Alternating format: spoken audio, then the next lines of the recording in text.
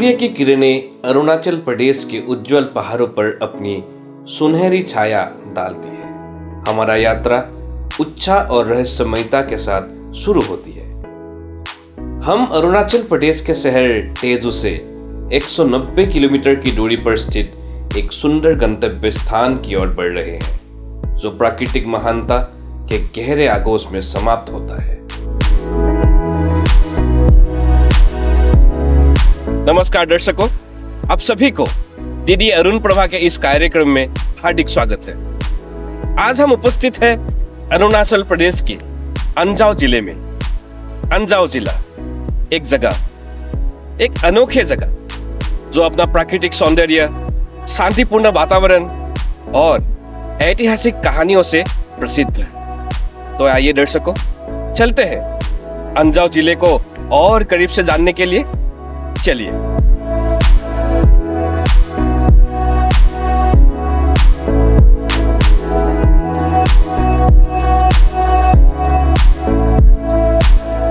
अंजाव जिले के आश्चर्यजनक दृश्य के साथ जब हम उस ऐतिहासिक स्थान की ओर अपने पथ बनाते हैं, मार्ग पर हायुलियांग गांव है, जो यात्रियों के लिए स्थानीय स्वादों के साथ ठहरने और पुनर्जीवित होने का एक उत्तम स्थान है। हायुलियांग से लगभग 100 किलोमीटर की दूरी पर हिमालय की खूबसूरती के बीच हमारा गंतव्य स्थान है। जब हम अधिक नजदीक आते हैं तो परिदृश्य एक ऐसे कैनवास की तरह खोलता है जिसे भगवान के हाथों ने रंगा है। महाद्वीपों के ऊंचाइयों के बीच हमारा गंतव्य स्थान सड़कों के माध्यम से साहस और रहस्य के साथ हमें लिए जा रहे हैं। पर्वत शांत चौकीदार की तरह उठते हैं। उनकी कटी हुई चोटियों ने आकाश की ओर हाथ बढ़ाया है और वहां एक किनारे नदी लोहित धीरे धीरे बहती है। उसके पानी बलिदान की अतीत की कहानियों को बुनते हैं। प्राचीन राज्यों और योद्धाओं के किस्से समय के करीबी गलियारों में गूंजते हैं, जो दृश्य में एक असमाप्त निशानी छोड़ देते हैं। हम इस खोज के सफर पर उत्साह और श्रद्धांजलि के साथ भरे हुए हैं। जी हाँ दर्शकों, हमारे गंतव्य स्थान यही है, वालोंग।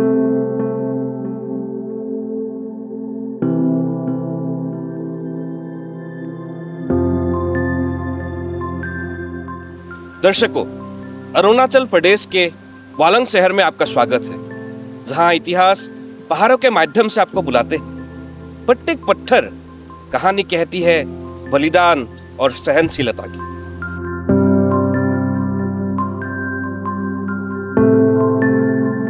अंजाव जिले के शांतिपूर्ण दृश्य में ऐतिहासिक वालंग के बीच वालंग युद्ध स्मारक खड़ा है, वीरता और बलिदान का एक दुखद प्रमाण।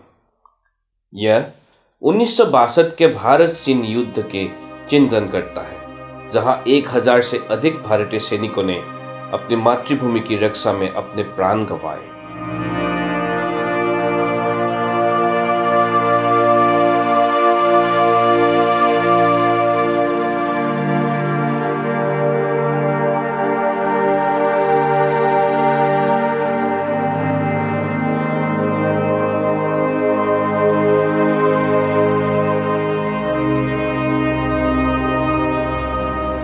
इस शहर में भारतीय जवानों की बलिदान की कई कहानी छुपे हुए हैं और इन पत्थरों के बीच खड़े हुए ये स्मारक वही बलिदान की कहानियों को दर्शाते हैं।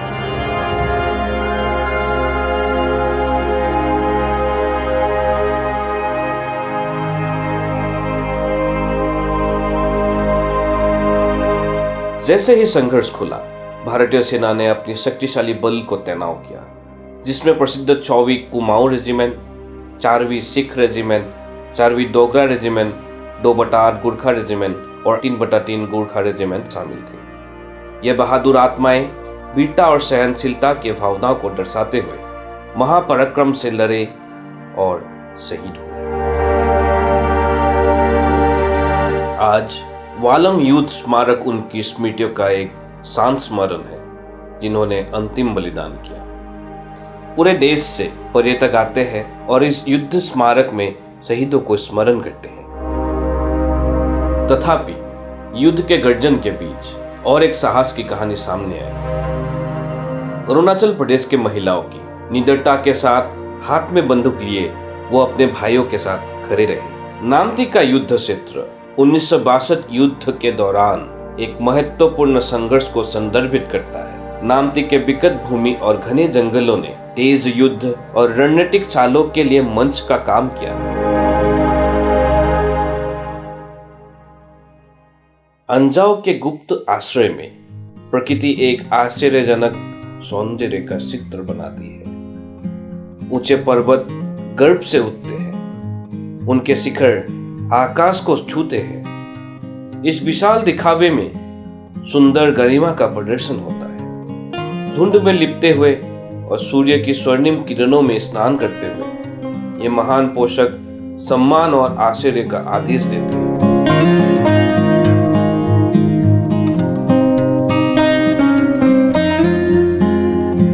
जैसे ही आप इस उच्च भूमि में चलते हैं, पाइन वृक्षों की घनी पत्ते हवा में सरकती हैं और उनकी सुगंध आसमानी वातावरण में गुलाबी हो जाती है, जैसे प्रकृति की गोद में आपको स्वागत करते हैं। घाटियों में बदलती दृश्यता स्वर्णिम घासों की कारपेट की तरह आपके सामने परसता है। हर मोड़ पर दृश्य रंगों और शैलों की तरह एक कैलिडोस्कोप में खुलता है। पहाड़ों और पेड़ पौधे की जीवंत रंगों से लेकर चट्टानों की खूबसूरती तक प्रत्येक दृश्य एक प्राकृतिक कला की गवाही होती है। वालंग से हमारी यात्रा अब किबिथो की ओर होती है, जो अंजाव जिले के अंतिम सीमा स्थल पर स्थित है। यह अन्योदय और अत्यंत प्राकृतिक सौंदर्य से लबालब गांव, जो हिमाचल के बीच विकसित हुआ है।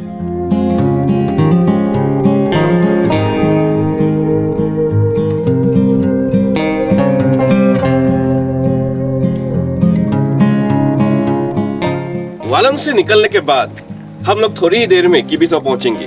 तो दर्शकों, आइए हमारे इस रोमांचक सफर का हिस्सा बनिए। आइए।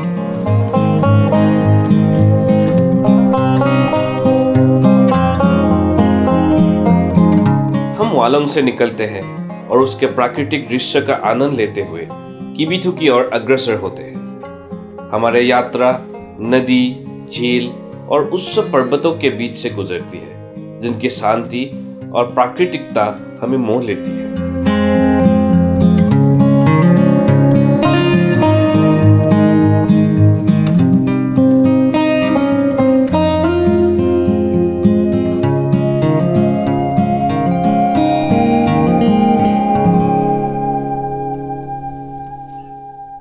वालंग और किबिथो के बीच की सड़क एक प्राकृतिक रमणीयता का अद्भुत है।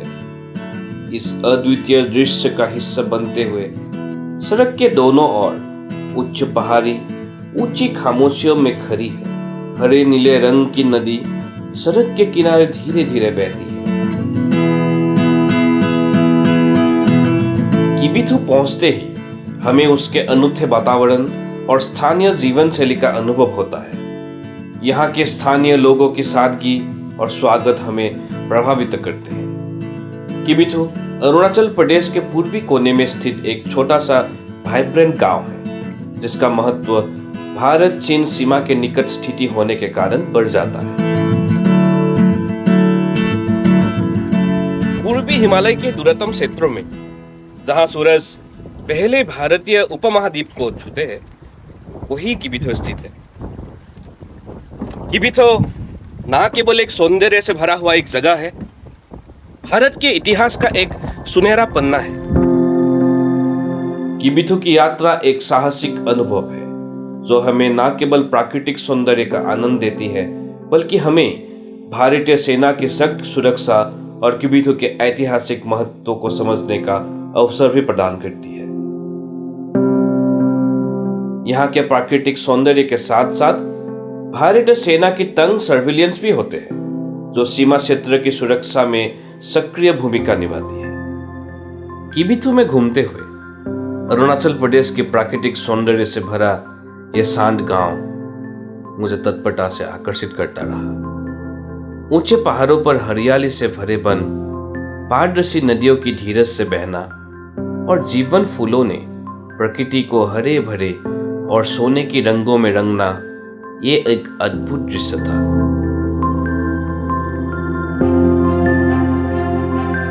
तो प्रेम जी, पहले धन्यवाद। आप समय निकाल के हम लोग के बीच आए।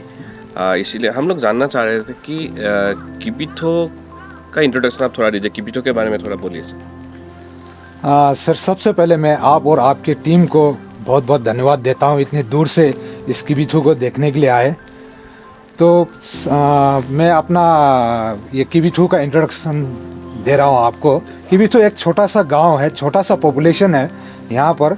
तो जो बेसिकली यहाँ पर रहने वाले जो है मियो ट्राइब से बिलोंग करते हैं, ज़्यादातर मियो ट्राइब है। और सिर्फ मेयोरी है और कोई दूसरा? जैसे अभी मैं आपको बताया कि मियो ट्राइब से बिलोंग करते हैं, मियोरी है। और बाकी गोरखास लोग है, गोरखास लोग डेली वेजेस सिस्टम में काम करते हैं। उन लोग जो शेड्यूल ट्राइब जो APST के नाम से जाने जाते हैं, वो मियो ट्राइब से ही बिलोंग करते हैं। और मियो ट्राइब ही यहाँ के परमानेंट सेटलमेंट है। अच्छा, और ये जो मेयो ट्राइब है, मेयो ट्राइब के सभी लोग यहाँ में उनका जीविका क्या है? वो उनका मतलब वो अर्निंग सोर्स क्या है? अर्निंग सोर्स वैसे एग्रीकल्चर है। एग्रीकल्चर से जो भी इनकम होता है उसी से रोज़मर्रा अपना चलाते हैं। प्लस जो डिफेंस है यहाँ पर, जैसे आर्मी है, ITBP है, जितने भी यहाँ के यूथ लोग हैं वहाँ पर उन लोग पोर्टर के तौर में काम करके जितने भी यूथ है अपना सोर्स ऑफ अर्निंग कमाते हैं। जी, टूरिस्ट के बारे में आप क्या बोलना चाहेंगे? टूरिस्ट यहाँ में क्यों आना चाहिए टूरिस्ट को? जैसे ये अभी रिसेंटली इंडियन आर्मी द्वारा प्रमोट किया हुआ है, इसमें हमारा डिस्ट्रिक्ट एडमिनिस्ट्रेशन है, अंजाव डिस्ट्रिक्ट है, उनका भी बहुत बड़ा रोल है। तो जैसे यहाँ पर टूरिस्ट के लिए जो आपके सामने में, जैसे आप आगे देखेंगे तो आपके सामने में चमगादड़ का देश है जहाँ पर हमारा LAC है। तो उस LAC को देखने के लिए भी हमारा टूरिस्ट आते हैं। और आगे में जैसे आते समय आपको मिला होगा जनरल बिपिन रावत द्वार, जो उसको भी देखने आते हैं। तो अभी हमारा प्लानिंग चल रहा है डिफेंस के साथ में कि आगे तक ट्रैकिंग ले जाने के लिए, जहाँ पर इससे आगे हमारा एक कंडाव लेक है, उसके बारे में प्लानिंग चल रहा है। तो जैसे डिफेंस के साथ में हमारा अप्रूवल मिल जाएगा तो हम टूरिस्ट को इन्फॉर्म करेंगे और टूरिस्ट आना शुरू हो जाएगा। जैसे अभी मैंने आपको बताया कि यहाँ पर चमगादड़ का देश सामने है। हाँ। तो नज़दीक में है, जितने भी गांव हैं सामने सामने है। तो चारों तरफ से आपका डिफेंस से घिरा हुआ है, बीच में बस्ती है। तो वैसे हमको कोई चिंता नहीं है चमगादड़ देश से। तो चमगादड़ देश नज़दीक होने के बावजूद भी जो हमारे यहाँ की सेना है, ITBP है, तो हमारे लिए ढाल की तरफ बनकर खड़े हैं। तो हम निश्चिंत हैं, हमारे मन में कोई डर नहीं है। तो डर मतलब इसलिए नहीं है कि हमारे आगे सेना और ITBP ढाल की तरफ बन के खड़े हैं। जैसे अभी आप जस्ट आपको आते समय जनरल बिपिन रावत द्वार आपको मिला था। तो जनरल बिपिन रावत उनका देहांत किस तरह से हुआ वो बोलने की ज़रूरत नहीं है, सब हमारे भारतवर्ष को पता है। तो उन्होंने यहाँ पर इस लोकेशन पर सर्व किया था, अपना कंट्रीब्यूशन इस लोकेशन पर दिया था। जैसे आपको आगे में चमगादड़ देश के सामने में वहाँ पर हमारा बॉर्डर पोस्ट मीटिंग है, तो उनका ही योगदान है वो खोलने में, जनरल बिपिन रावत साहब का। तो जहाँ जहाँ जनरल बिपिन रावत साहब ने अपना सर्व किया था, अपना योगदान दिया था, उनके मेमोरी में ही, मेमोरी के तौर पर ही उनको जानने के लिए जैसे द्वार के नाम से, बिपिन रावत द्वार के नाम से खोला गया है। तो उसको देखने के लिए भी हमारे टूरिस्ट लोग काफ़ी अट्रैक्शन होते हैं। जी, ठीक है, बहुत बहुत धन्यवाद sir. Thank you very much sir. Okay. Kibithoo में प्राकृतिक सौंदर्य के बीच मेरा भारतीय सैनिकों के प्रति सम्मान नए ऊंचाई तक उड़ा। कुछ सैनिकों के साथ बातचीत करते समय मुझे उनकी विनम्रता, साहस और निस्वार्थता का गहरा प्रभाव हुआ। किबिथो से लोहित नदी के उस पार स्थित एक गांव है। ये गांव क्षेत्र में सबसे रोचक स्थानों में से एक के रूप में प्रसिद्ध है, जिससे उसकी अनूठी खूबसूरती और मोहकता के लिए जाना जाता है।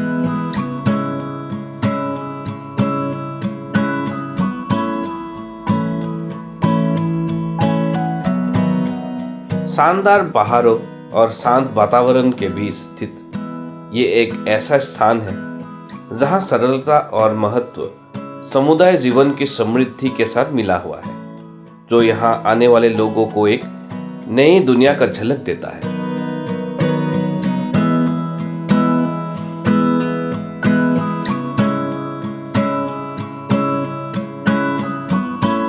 अरुणाचल प्रदेश के दूर के क्षेत्रों में चीन के सीमा के करीब हरित पहाड़ों और घाटियों में छिपा हुआ है चित्र सौंदर्य से भरा गांव काहो।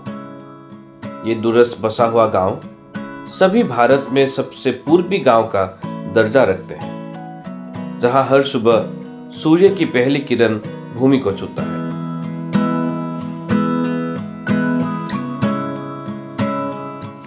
दर्शकों, किबिथु से आने के बाद अभी हम उपस्थित हुए हैं भारत के एक मॉडल विलेज पर, जिसका नाम है काहो।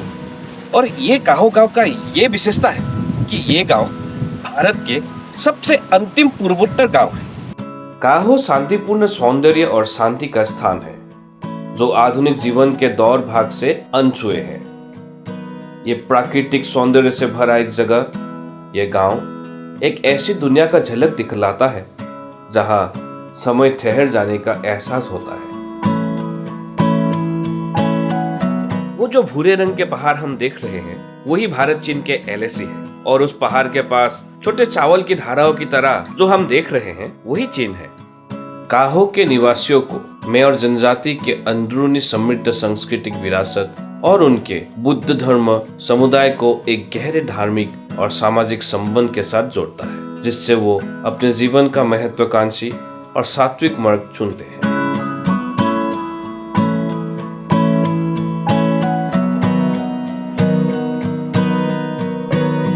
काहो से निकलने के बाद बस थोड़ी ही देर में हम लोग पहुंचेंगे एक जगह जिसका नाम है दोंग।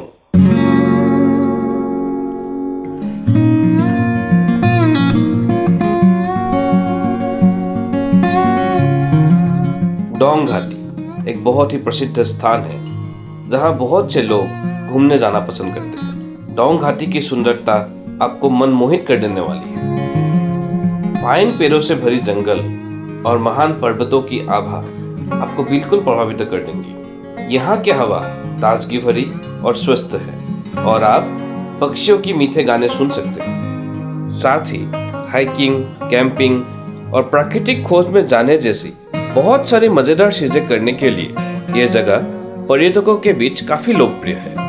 दोंग घाटी में रात बिताकर और लगभग 1.5 घंटे की हाइकिंग करने के बाद यात्री पहले सूर्योदय का आनंद भी लाभ कर सकते हैं।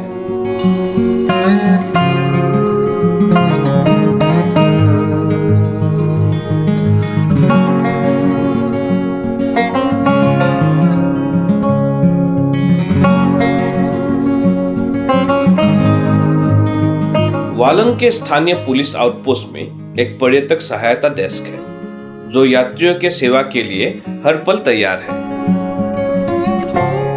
वालंग का सैन्य आधार, जो दूरस्थ हिमालयी लेप तक फैला हुआ है, भारतीय सेना के लिए महत्वपूर्ण है। यह उत्कृष्ट रखवाली देने के लिए डिजाइन किया गया है, जिसमें युद्ध स्थल के प्राकृतिक परिसर का लाभ उठाने के लिए समृद्ध योजना है।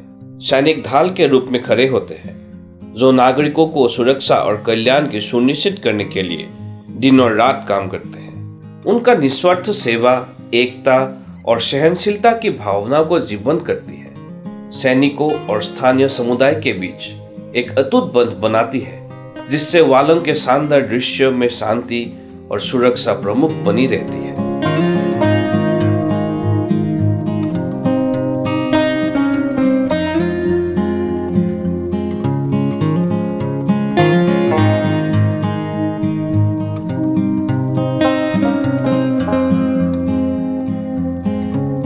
हमारे ये सफर अब समाप्त होने को है। लोहित नदी की धारा के साथ मैंने यात्रा की शुरुआत की। उस नदी के साथ चलते चलते हर कोने में नए दृश्य खुलते गए। हरा भरा जंगल, प्यारे गांव और कठिन पहाड़। हम जीवन के लिए अनमोल यादें साथ लेकर इस सफर को अंत करते हैं। यह पल हमेशा के लिए हमारे दिल में बसेगी। अरुणाचल प्रदेश के प्राकृतिक सौंदर्य के बीच हर पल हमें खुद को खुद के साथ जोड़ने का मौका मिला। हम उन स्मृतियों को समेटे हैं और उन्हें अपने व्यक्तिगत सफर में साथ लेकर जाते हैं, जानते हुए कि अरुणाचल प्रदेश की सुंदरता और उसके लोगों की वीरता हमें हमेशा याद रहेगी। दीदी अरुण प्रभा के इस कार्यक्रम से हम विदा लेते हैं, लेकिन इन यादों की कहानियां हमेशा हमारे दिल में गूंजती रहेगी।